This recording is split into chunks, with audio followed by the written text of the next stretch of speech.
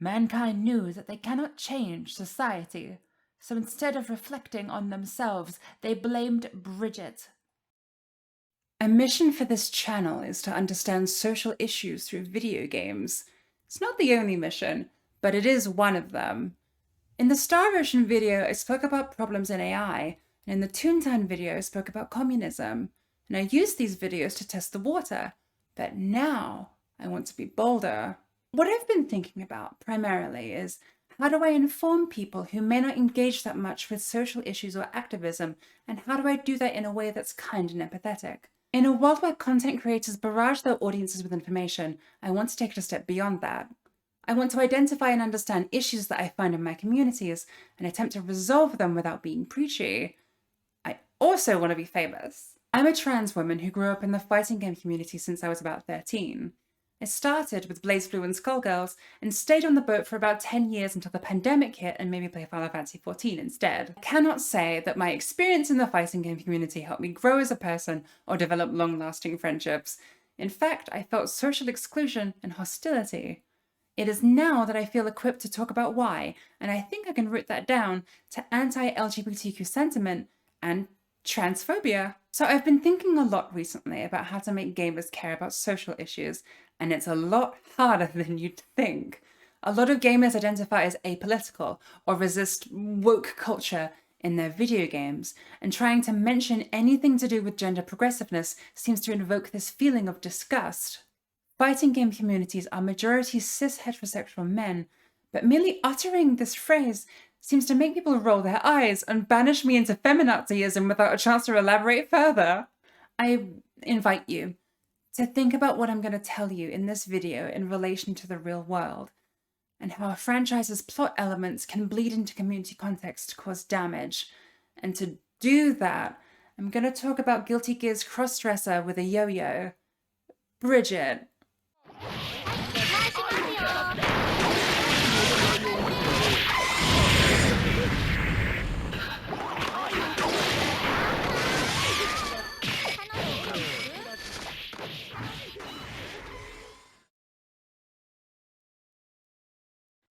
You look good today. Thank you, Roger. You look fantastic for a boy. I'm not? Yes, you are. All right, we're doing this. I guess we could do this. I can work with this. Let's do a character select screen review for Guilty Gear Accent plus Core R. You have Old Man, Karate Girl, Blue Girl, Key Girl, Buff Main Guy's Friend, Robot Main Guy's Friend, Horror Hippie, Crossdresser with a Yo-Yo, and ooh, another robot, neat! Anyway, this is about the crossdresser. Computer, enhance, ridiculously wide hips, soft features, short skirt, long blonde hair, nun outfit, a gigantic handcuff, you know, just something to go to the grocery store in. This has to be a woman. Oh, what's this? A male insignia on the forehead? Is that a man? You got me again, Arxis. This is Bridget. I have no idea how old Bridget is. My gut says something like 12 to 14 years old, but some people on the internet are trying to tell me that Bridget is 18 years old, which I wholeheartedly disagree with. They're British, and they're very popular among the fans.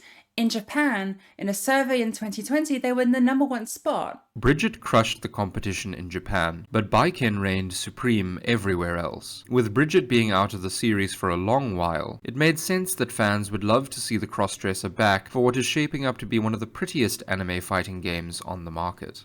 For this, I have a simple question. Why? Why? Oh, that's not coming back. Why? What? Why? I'm going to use they them pronouns throughout the video to refer to Bridget. Typically, you'd use they, them to refer to a group of people or a non-binary person, but in this case, I'm using it to put a pause on what declaring Bridget is until the end of the video. I'm using they to refer to a gender I do not know with an impersonal pronoun, like if I saw a mysterious shadow person at the corner of my eye, but they had a yo-yo. Now, if I try and figure out what's going on, I can come up with 3 possibilities. Bridget is either 1, non-binary / trans, 2, a crossdresser, or 3, a drag queen. But this was gigantic. This is the first time a drag queen has ever been put on the cover A drag queen? A drag queen? I am the... I don't think they're a drag queen. If they were a drag queen, their name would be Otokonoko. If they're non-binary / trans, they certainly aren't treated as such by fans or canon. When I started writing the script, I started on she, her, I moved on to he, him, and then finally settled on they, them because it was impersonal. I think saying they're a cross-dressing trap is a lot closer to the truth, but I don't think it is the truth. It's not even particularly new ground for me to say that Bridget's a trap, but I think that's a bit derogatory. So if we can't call Bridget a trap, what can we call them? Okay, boys, let's get it all out of our systems. Those with the faint of heart, cover your ears. Chick with a and it's and I'm gonna cool. I'm ready to move on. I forgot to say Fanny Bandit. Fanny Bandit. Okay, moving on. Their in-game description reads, this individual was raised as a girl, although he is actually a boy due to a superstition concerning twins. We may be able to use his unique upbringing to our advantage, should we wish to control him. In Bridget's storyline, it is shown that they were born in a village in England where birth of the same gender twins was superstitiously considered bad luck, with some apparent demand that one of the twins should be sacrificed if this occurs. Bridget was born male but is forcibly raised female by their parents and hides from the village. Then they become a bounty hunter to show the village that the superstition is stupid. Beating up the cast of Guilty Gear, Bridget turns around and declares that being a bounty hunter doesn't suit them, so they're going to become an entertainer instead. You're telling me Bridget one day was like, what look shall I give the girls today? And then swiped through their wardrobe and decided, yes, a nun outfit will do, but I have to scribble a man on my forehead. Girl, just pick a different outfit. Jesus Christ. I am sure by now you can understand the motivation for the video. Bridget was born male, but has to experience the livelihood of a woman. We have to ask a lot of difficult questions about how Bridget came into existence and what their impact is.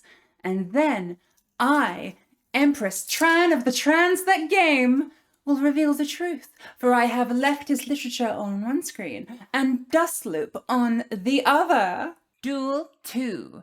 Otokonoko, she better don't. One person called Guilty Gear the best LGBT plus fighting game.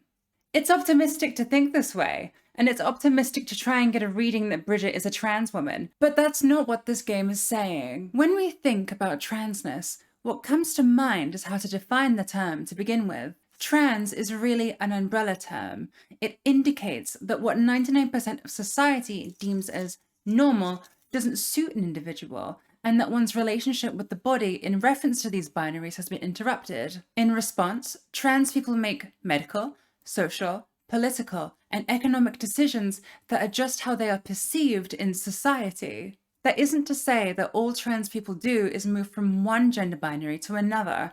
A lot of people find themselves in the middle of the gender spectrum. However, in introducing this concept, there is a hesitation by many to accept that this can occur, and this hesitation, I think, has spurred on the confusing creation of Bridget. Bridget, presenting femininely, assert throughout the storyline that they are a man.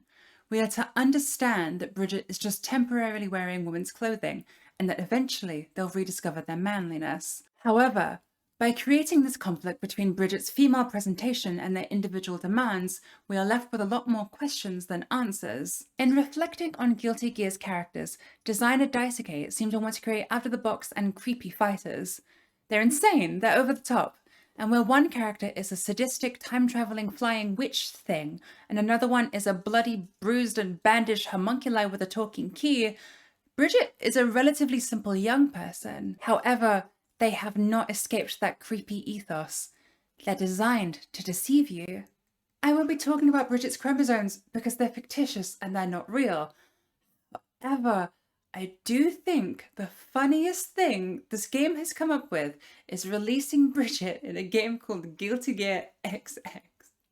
Because trans people are a minority, media representation and visibility politics are key in getting the general public to accept trans people as a phenomenon. Many people don't befriend or encounter trans people, as we often surround ourselves with people we can understand and empathize with. Because of this, a lot of cis people are simply not nice to those that challenge their ideas of stability or identity.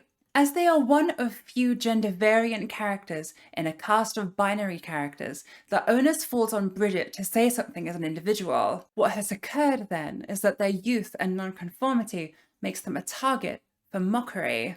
Some characters treat Bridget with prejudice within the Guilty Gear universe, while other characters show kindness or apathy. Outside of game, some players are just cruel. Bridget, the trap, the main reason people got into Guilty Gear XX. I'm not gonna lie, there's a bunch of people got into Guilty Gear, just Guilty Gear XX for Bridget. And you know what? I can't blame him. I like Bridget. He's a nice kid. He's a cool character. You know what? He just, I can say, I'm trying to say other things, but oh, he's a trap. Yeah. You know what? I'm not into dudes. I will admit that, but traps are hitting different, okay? Traps hit differently, and I'm not gonna sit here and say that I don't like Bridget. I really do, and it's not even because of the trap aspect. I just like Bridget. Side note, I had the impression that Bridget would adofferate the yo-yo and mechanical teddy bear for something more common than bounty hunting, deflecting potential assaults. Dressing and behaving like that while living by yourself at such a tender age means that Bridget would easily be the prey of perverted individuals on almost a daily basis. Now, let us analyze Bridget and his personality and background, and see if he could be a good fiancé for you.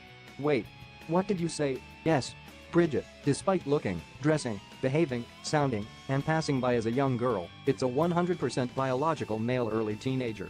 Bridget has become such a huge internet icon for unsettling gender revelation that TV Tropes, a very well-known website for its delucidatory and analytic content on media and media's characters, had its now known as unsettling gender reveal trope called Dropped a Bridget on him. 5 reasons why we need Bridget and Guilty Gear Strive. Look at this cute boy, look at him. And the first one we got hype set play character. Yes, this is a man right here. If there is a lot of misunderstanding and abrasion between cis and trans people, then tactics must be introduced to close the disparity with information. Often, we use media to externalize emotional and social issues into art, because art typically has a lot more patience and longevity than humans do. If Bridget is not a good representation, then we see the problem, as people believe, eventually, that this is all gender variant people are, a trap. The word trap is typically used to describe androgynous people who fool men into dating them with a lie. It's derogatory, it's offensive, because it assumes that the only missive for androgynous people is to deceive cis men. It is also, undeniably, a fetish for many to both do and to see. The word trap is related to trans panic, a legal defense based in violence justified by a nervous breakdown via a sexual advance or provocation. This is endlessly shown in American media through prostitute characters being trans and beaten for it. Realized I was a pre-op. He threw me to the ground and he kicked me until my ribs broke, and then he started punching me in the face and then destroyed it. Trans panic has a cruel history, and trans sex workers represent a large number of trans deaths because of this panic. The insecurity surrounding male identity and male sexuality is a nerve that is plucked by gender nonconformity. And in the trans experience, something as simple as walking down the street might get you beaten and killed by someone who feels trapped or deceived by you. Put that filthy out of its misery. Let's think about Bridget's design again. The look is inherently provocative. They're wearing a blue nun habit with gold crosses. They're also wearing a giant fucking handcuff around their waist. Coming to my mind are ideas of chastity, forbiddenness, and juxtaposition. Bridget's nun outfit is both alluring and forbidden, and because it's around the torso, I'm thinking the giant handcuff represents an innocence and a virginity. Nunsploitation is a very established kink genre of pornography. The drawer is a nun's relationship with God and her religion, and her insatiable horniness for you. Will a sister of the covenant break a sworn promise for you? What would the disciplined and frigid woman do in the right conditions? If Bridget is wearing a feminine nun outfit, and the heterosexual dilemma is it allowed to like Bridget, then wouldn't that hit the sweet spot of depravity? Think of the possibilities. The I shouldn't, but drawer is addictive. The this is kind of bad, but I like it. Drawer is mischievous and hidden. You don't know how old they are, and if the game told you, that would dispel the fantasy. Anime has 1,000-year-old children all the time for this very reason. Bridget, for all intents and purposes, is a very young-looking cross-dressing virgin, standing on as many moral thresholds as they can, and they are one of an archetype in Japanese media. What has this archetype done for the perception of cross-dressers and trans communities? Really, Japan's relationship with gender expression is nothing new. Men dressing as culturally feminine expression are often called Otokonokos in Japan. The term also serves as an umbrella for cross-dressers, and it roughly translates to man's daughter. In practice, we've seen it before. Shakespearean stage actors often cross-dressed. RuPaul's Drag Race and ballroom culture is an expression of femininity by gay men. From what I see, Japan uses Okama in derogatory ways to describe this process, and Otokonoko more so generalizes the experience of male-to-female cross-dressing without their LGBTQ connotations. Japan's original geisha was a taikomochi, a male geisha. Female-to-male cross-dressers are often called danso. I'm not qualified to speak on attitudes of LGBTQ identities in Japan, but I hope this gave you an idea. More generically, many explore gender at Halloween parties and cosplay conventions. Many trans people test the water with new hair, new nails, new clothes, new everything, and either stay right there or commit to full social and medical transition. I went from cool gang member to like strange genie because my bandana fell off. What unites these examples is performance and fantasy. Japanese exploration of cross-dressing has been around since the 13th century, but exploded in popularity around the 90s and the 2000s, with an explicit turn in maid cafes from 2009 onwards. This is absolutely linked to otaku culture. In English-speaking countries, otaku is typically a derogatory term to describe someone who absorbs a metric fuckton of anime and gaming. If Japan is the biggest contributor of anime and gaming, and they have these poorly written cross-dressing characters, then trouble brews. Otakus are in their houses. They're not going to go to a neighborhood bar to tip their local queens. So otakus, not willing to develop nuanced identity politics takes, depend solely on Japan's writing and translation capabilities to inform them of what to think of the world. To illustrate, this is Cagliostro from Grand Blue Versus, another game from 2020 by Arxis. They're also from a mobile game, but I don't really care. Her spirit is from a man, and she's inhabiting a woman's vessel because she's an alchemist, doi. And her Wikipedia article states that, to match with the appearance of her youthful, artificial body, Cagliostro raises the tone of her voice and acts the part of an adorable little girl. She even adds to it with items such as dolls or stuffed animals, aiming to fluster and beguile her audience. Cagliostro's narcissism often shines through, jumping to the conclusion that a stranger approached her to ask her to be their poster girl, in one instance. Her Wikipedia article says her favorite hobby is staring at herself? Arxis, finally, you're winning diversity points. You've included the most oppressed race of all, the orthogonophiles. For many cross-dressers and otokonokos in Japan, it is a relief of social pressure. The average Japanese salaryman has to work relentless work hours and is pinned down by social structures and monotony. Drag queens in Akihabara and Shinjuku sell you a fantasy. They give you the night off with entertainment, and we can distinguish drag queens and cross-dressers from trans people because the fantasy ends when the wig and outfit come off. In games and anime, however, It is less about the relief of social pressure and stigma, and more about novelty, curiosity, provocation, the trap.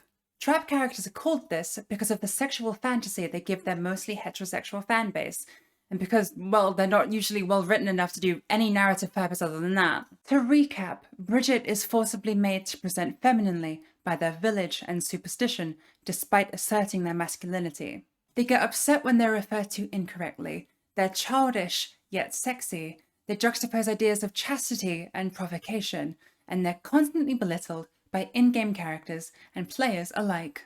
However, while both of them fulfill the criteria for the trap archetype, Bridget has Cagliostro beat, all because of what's underneath the nun outfit. Duel 3. Okama? I barely know her. Moveset. To illustrate to you the audience that spurs on Bridget's existence as a fictional character, I have to show you this game. Or rather, this company, East Asia Soft. They describe themselves as your favorite niche game publisher, so you aren't getting any Elden Rings, and most certainly, you will not be getting any Bejeweleds. You're getting Neko's Secret Room, you're getting Pretty Girl Panic, you're getting Wife Quest, and most importantly of all, you're getting Otokonoko. Let's set the obvious sexualization and objectification in these strip puzzle games aside for now. Boring, low-hanging fruit. You're all smart people. You know that it takes more than mahjong to take a woman's clothes off. You also have to linger outside of her house. You have to give her chocolate. You have to remember her birthday. And then, and only then, will she have sex with you. Otokonoko to me highlights a product for a very clearly distinguished audience.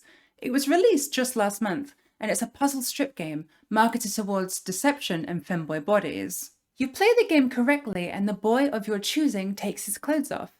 It doesn't say anything. It's not going to say anything. It doesn't take mahjong in interesting directions. The characters aren't interesting or impactful or deep. It is just a game that you would find on the naughty section of Newgrounds. I'm talking about it, however, though, because of this tweet. I found this tweet in the research for this video, and it makes the word fan do a lot of heavy lifting.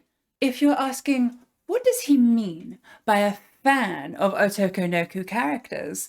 Then all you have to do is click the link, and this description is revealed. Boys want to look cute too. Saucy reveal mechanics aren't just for pretty girls anymore. Now the boys are joining the action with the debut of Otokonoko Pretty Boys Mahjong Solitaire, a tile matching game where cute male characters will challenge you to increasingly difficult puzzle layouts and dress up in feminine attire to reward you with every 3 stages you clear. Butlers become maids, cowboys appear as cowgirls, doctors dress as nurses, and more. It's cross-dressing fan service fun, exploring the Otokonoko subculture of Japan, featuring 5 original characters to meet and adore. Exploring, Joshua.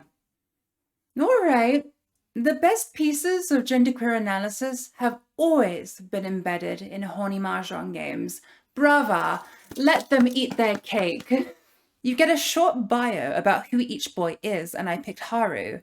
He says, Yamete, I think 300 times before he shows you his ribcage. Oh, a midriff? Oh? And I don't know about you, but a game where young people who look like they've never heard of puberty before being forcibly stripped down as they shout stop is a bit weird. It would help if any of these characters had personality, but they don't. This tells you nothing about Japan other than, look over there, it's a naked, barely legal male. Haru, I know nothing about you! This is a group of 5 traps, masquerading as Otokonokos, and each one of them has a personality as rich as a cardboard cutout.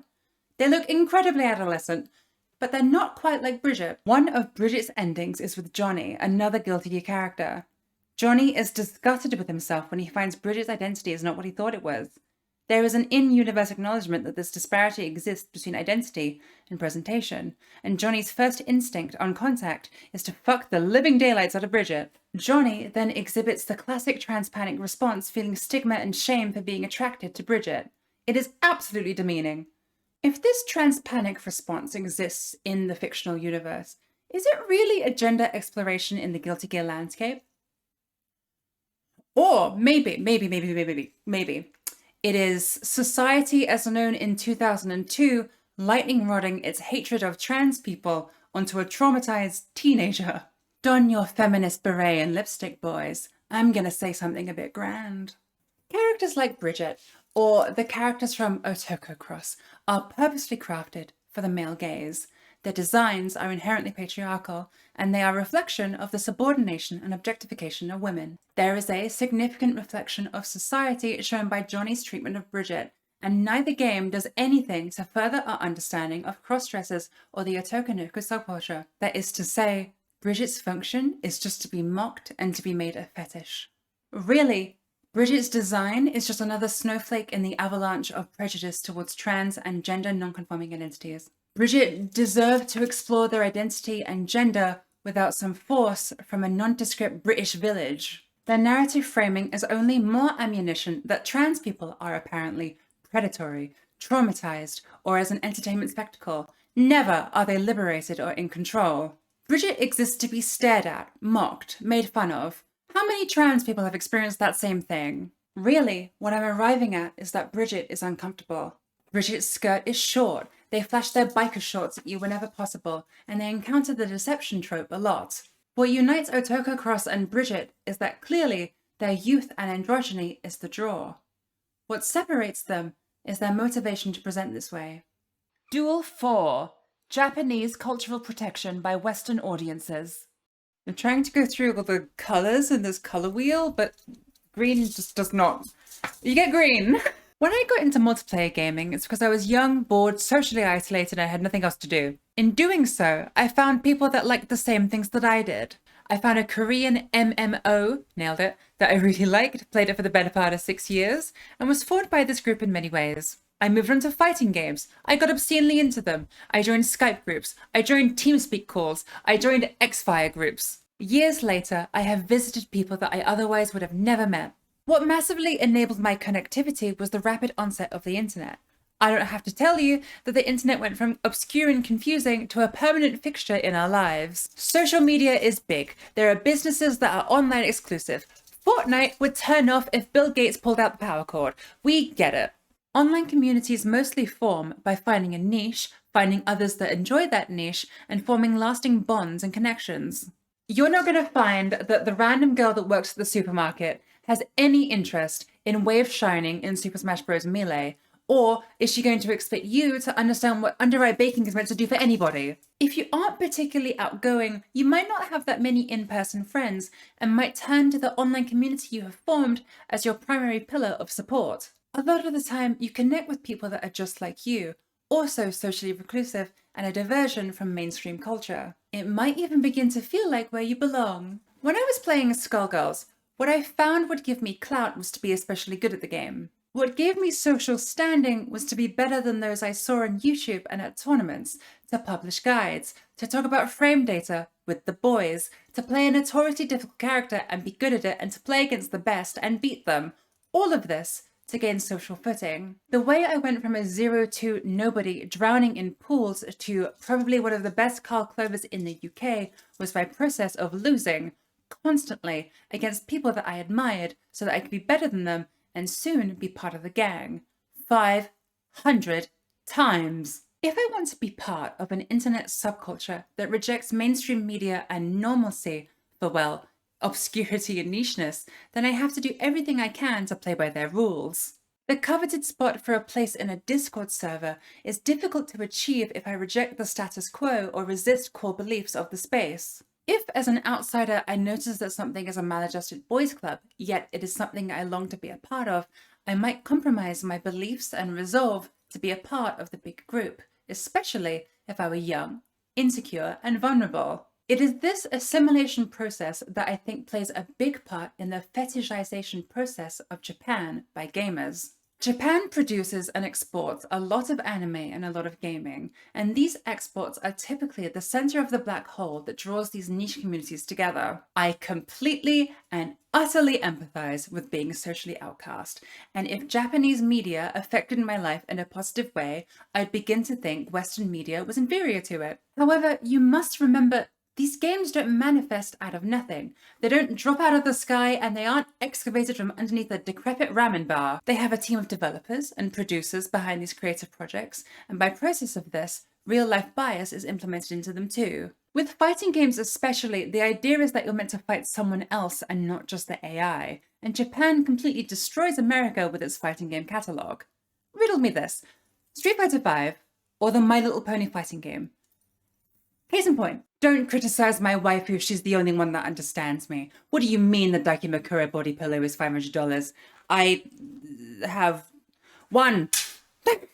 I think that the way a lot of otakus in the West observe Japan is like a beast that generates via mitosis, getting bigger and grander. The people in it introduce their friends, who introduce their other friends, who introduce their siblings, and then they all split off into other Vocaloid subreddits. And just for clarification, it is okay to enjoy Japanese media.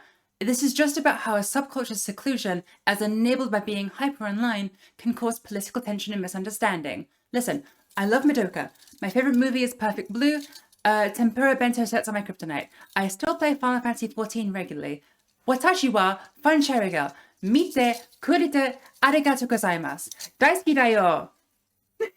These die-hard communities, however, form a barbed wire defense around themselves, batting away anything that would take the core of their group away. If I said it wasn't a big slay to treat women as an accessory to your main character shown in fantasy, I'm not sure it would actually penetrate into the subculture in a way that would stick. And honestly, by nature of being a trans woman trying to make a video about acceptance, I feel like a deer strayed too far from the pack. I feel like a cultist turning to her kin with hesitation to drink the Kool-Aid. I think the acceptance of Bridget, but the rejection of liberal gender identities and, well, woke culture is evidence enough for me. In many ways, it feels like the onus has transferred onto me from Bridget to say something meaningful in a gaming space. I mean, I do have 155 subscribers, so maybe not. Much like how solidarity and connection keeps the fighting game community entertained while waiting for Tekken 8, locking arms and pushing back against the police during the Stonewall riots in New York eventually led to the decriminalization of homosexuality.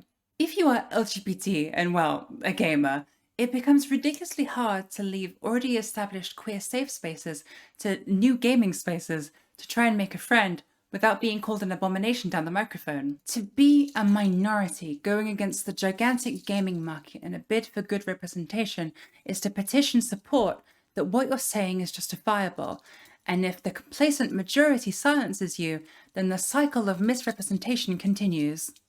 All that is to say, if you are hyper-online, recluse, and depend on any form of media to develop your worldview, you risk ingesting toxicity.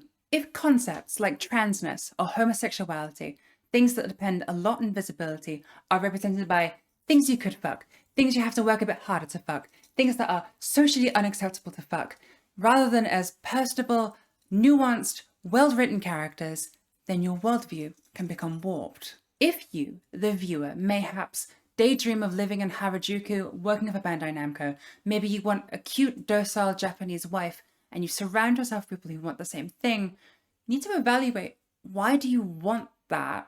If the idea of accepting the trans person near you is difficult for you, but Bridget is easier because they're from Japanese media and they're sexy, you need to have a long think about how you arrived at this point and if that causes harm.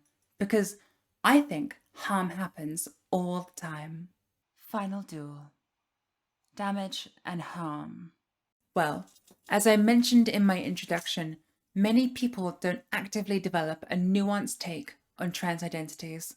I think the Bridget archetype is one of regret and fetish, and because Bridget has no healthy comparison, I think the archetype informs a lot of players of their worldview.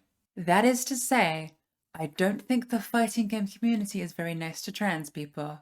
Cis women are praised for their bravery of being in the space, and passing trans women who are outed go from luxury to roadkill. Both get stared at, neither can just play the game in peace.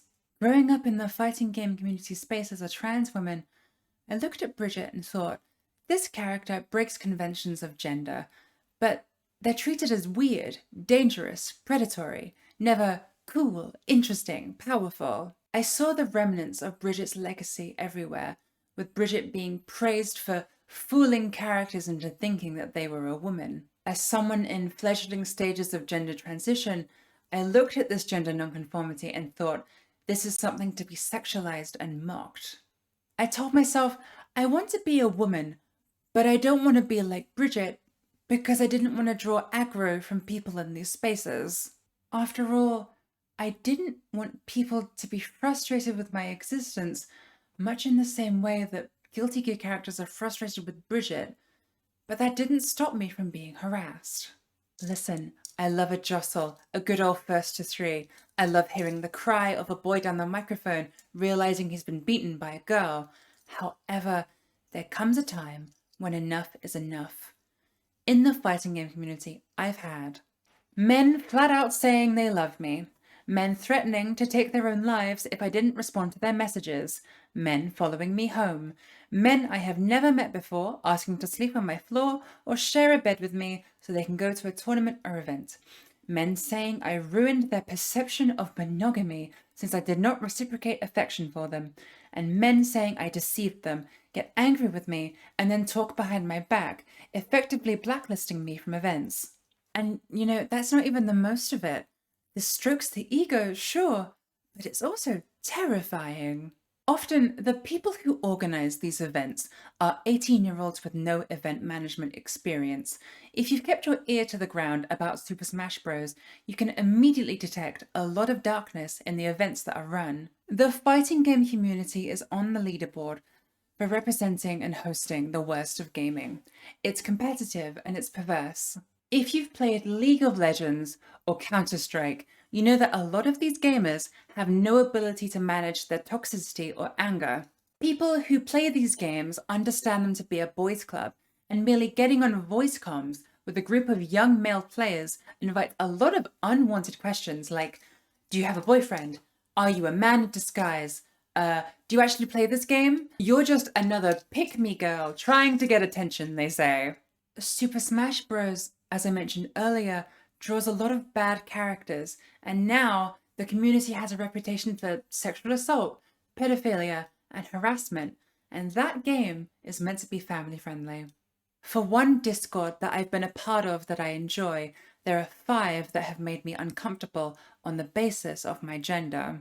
At the beginning of this video, I talked about how trans activism often incites a dismissive response from gaming audiences. Transness and LGBTQ movements are a departure from what many would consider traditional or conservative values, or maybe a woman as a main character is pandering. If liberal ideas from the current political world intrude on the escapism and community that many gamers enjoy, this can damage the reason a lot of people turn to games in the first place. However, I believe there is a world where characters can exist without being reduced to archetype or fetish. I believe there's a world where characters can be part of the group. They don't have to be in direct contrast to the rest or politically charged. Many people want to be the main character. The isekai transported to a new world genre is indicative enough of this, and many people place their identities in the characters that they see. It is only natural that trans people would want this too. Cis men have like 15 different flavors of characters to choose from to identify with, whilst trans people get just the one, and they're usually weird. Regular consumers of anime and games can begin to internalize that the trap trope is reflective of trans realities. Really, thinking about Bridget as a fetish is inherently exclusionary. I know Bridget is fictitious, but it is a dehumanizing action. Bridget is in their own category of crossdresser or trap, barred from the rest, barred from integration, and by doing this, we deny them agency and integration. An us versus them classification is the first step towards societal expulsion, after all. This is also a problem in pornography. Trans people often tend to sex work to make a living, and the category has received a surge of popularity. I have no data to support this. However, I believe that the surge of visibility has something to do with this. Obviously, I have no ill will towards trans sex workers. I respect the hustle. However, a lot of people learn about transness through porn or curiosity about what sex with a trans person would look like a gaze into the unknown, an exploration of the forbidden. So if we have a population of people who learn about trans bodies through sexualization where many are seen and not heard, then we have a minority group reduced to sexualization, extreme, and objectification. To frame Bridget in this way shows their gender exploration narrative to be as a result of cult tactics, bad parenting, childhood trauma, childhood coercion, autogynephilia and harassment, pedophilia, sexualization, and none of these are reflective of trans realities, nor are they helpful or fair. Very few people play Guilty Gear on a mode other than online, so when a newcomer approaches and is interested, and they say Bridget on screen, like on Twitch or at EVO, someone tugs their arm and says, "Look, man, that's a dude up there with a yo-yo." Especially with the pandemic, people turn to fighting games to connect with each other and find community. In this closed-off private space, where you're playing a lot of online Guilty Gear, you see a lot of Bridget without knowing anything about them. Porn deals a lot with extremes, as does Guilty Gear and many other forms of media, but this shouldn't inform your worldview about the trans experience.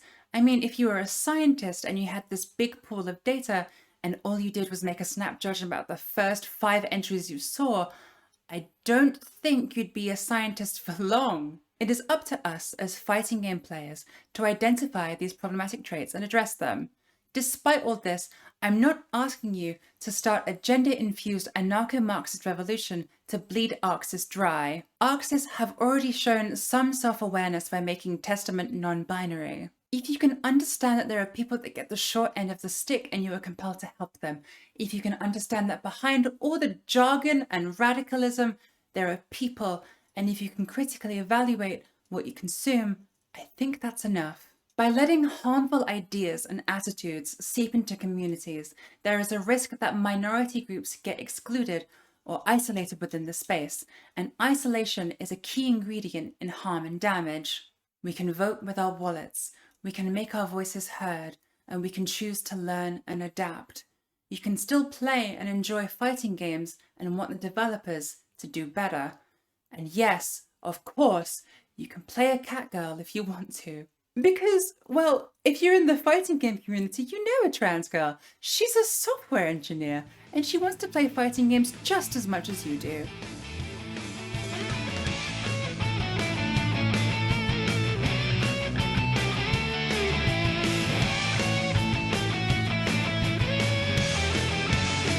Blah, blah, blah. Whatever. I don't care. I want my favorite ladyboy in season 2 of Strive. Now! Okay. You can change me. I believe in free speech, and I say you are a man. I'm just telling the truth. What are you gonna do? Cancel me?